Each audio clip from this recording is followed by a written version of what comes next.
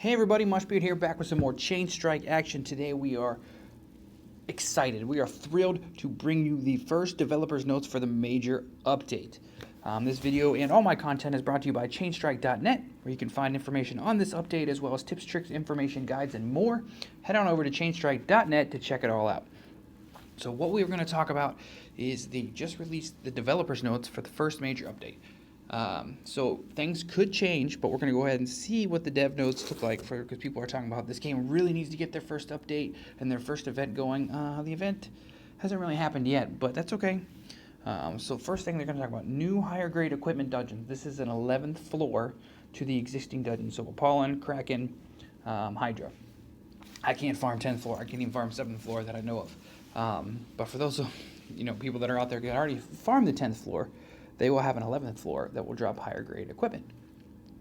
So what it says here, there is a new floor that will take a currency called Mysterious Keys that they will add to the game. Mysterious Keys will randomly drop when farming floor 10.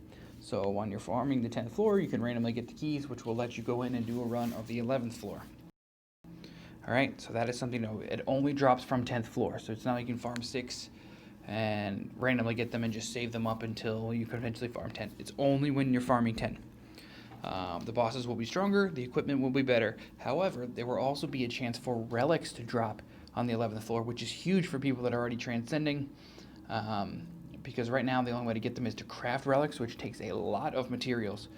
So if they can get a chance for relics to drop in the dungeon, that could save them a bunch of time. Also, if they could get trash ones and they could disassemble them, that could lead to more materials for crafting better ones, hopefully. So I'm excited for that. Once I get to A, transcending, and B, to the 10th floor farming, then I will have a chance at the 11th floor and see what I could do. Next thing they noticed, the default 1 to 3 star Guardian Evolution Awakening requirement downgrade.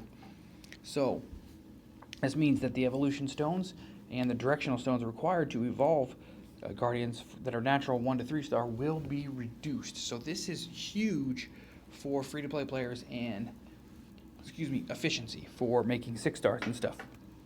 Because the hardest part about making 6 stars isn't actually the farming of the dungeons for the stones. It is the +5ing a unit to evolve it up to the next star rank.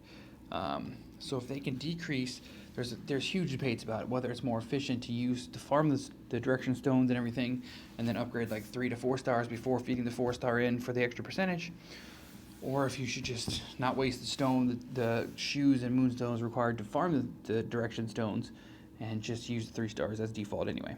So this would make it much more efficient to evolve the 3 stars into 4 stars before feeding them into higher ranks, because they're going to be worth a higher percentage and their stone cost will be down, so it is way more efficient. So be on the lookout for that. That will be a huge improvement for free-to-play players.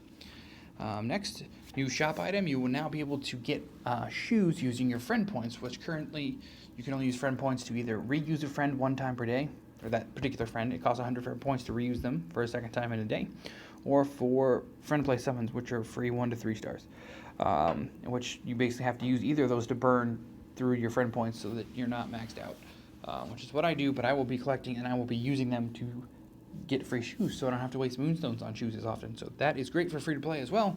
So I am super excited about that. 3 new Guardian stories will be added. Go to the book and Guardian story to check out the new stories. They do have actual stories in there, but they also give when you collect the end of a story, so all the units that it's looking for in a story. It'll tell you what the story is and you can read all about it, but it also gives you free moonstones. So 3 new ones that you can collect moonstones for.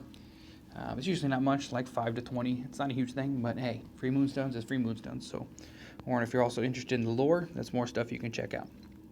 Equipment disassembly improvement. You'll now be able to see the properties of an item when you select it for disassembling, kind of like you do when selling. Like when you first click on it to sell, it pops up with a little box, and then if you're like, ooh, that's not the one I wanted, you can click it again and we'll undo it so you can find the right ones. You will now be able to do that with disassembly, as well as you will now be able to disassemble stuff right from the screen when you get it. So if you're farming a dungeon and it pops up and you could hit OK or you could hit sell, now there will be a third option for disassemble. So you can just disassemble right there. You don't have to do a mass one whenever you collect a whole bunch of stuff. So that's just a nice little improvement. The main lobby will have a menu UI improvement, and a new icon where you can directly move to the Nexus Glory Shop or Forgotten Shop will be added to the main lobby menu. I'm not sure that's a huge deal. I don't know how often people are visiting them that they really need it, but hey, if they really think they need to, I mean, I don't see what the problem is. It's a nice little improvement. All right. The guild check-in improvement. This is also big. The guild check-in standard will be reduced, and the amount of shoes and gold you acquire by checking into the guild will be increased. So currently, there's a tier, and it's like every 5 guild members that check in, it increases the gold and the shoes that all of those that checked in for the day can collect the next day. So currently, it's like if you get all 30 of your members to check in, you get like 30 shoes and 20,000 gold. I think it is something more around there. So they're going to make it lower. So you'll get more for less people checking in, which is great because I never have. We don't have 30 people in our guild at the moment anyway, but we have like 26. But at the most we can ever get is like 20 people to check in, so we would never get to 30 anyway. So that'd be great. Just a little bit extra coin in our pockets, a couple extra shoes for traveling around the adventure land or unknown lands or wherever to collect some more gear or experience. It's a good first patch, I think. Obviously, those small things are great. I think the huge thing for free-to-play players right now is going to be the new shop item for using friend points for shoes. That's very big. And the decreased stone requirements for 1 to 3 star guardians for awakening and evolution. That is also big. So things can go much faster, and especially if you 6-star lower level stuff like 3 stars, their awakening materials will even be less, which is awesome. Hopefully it's also the awakening crystals, but probably not. But they're not too hard to farm. It only takes a couple days to get one, enough for like a 3-star to be awakened. And then eventually when everyone gets to the 10th floor farming, the 11th floor will be great news as well. I am not that close, but as I get there, I will definitely let people know. I'm working on a 7th floor Apollon team right now. Hopefully I can get that auto farm with no nat 5s. If I get that up and running, I would definitely showcase it in a video so people can see kind of what they can look for. I know I can tell you right now the basis is going to be Finn, Langmar, excuse me. I'm not using Adele. You can use Adele. I'm using Violet just because she has a higher chance of defense break. But they're essentially the same unit. They're both rooks. I'm trading the extra heal on Adele for a shield, a single target shield on Violet. But the reason I'm using Violet is because she has slightly higher base stats, but she has the 25% increased chance to defense break. That's the only reason I'm using her. Otherwise, Adele will work just fine. But those are going to be the 3 main units, and then I can't figure out if it's going to be, well, it's probably going to be Seamus, the Queen Seamus you get, because she has HP Disturb, which is really good. And then one other unit, I don't think I'm going to be able to do it with Probella. The secondary healer just might not be enough damage, but I will test it. It may require a secondary damage dealer, in which case I'll be testing out Saren. Bishop Saren has a bunch of dots, so continuous damage could probably help take out the higher level bosses, but I will check it out and test them. And when I have a good one going, I would definitely make a video and showcase it.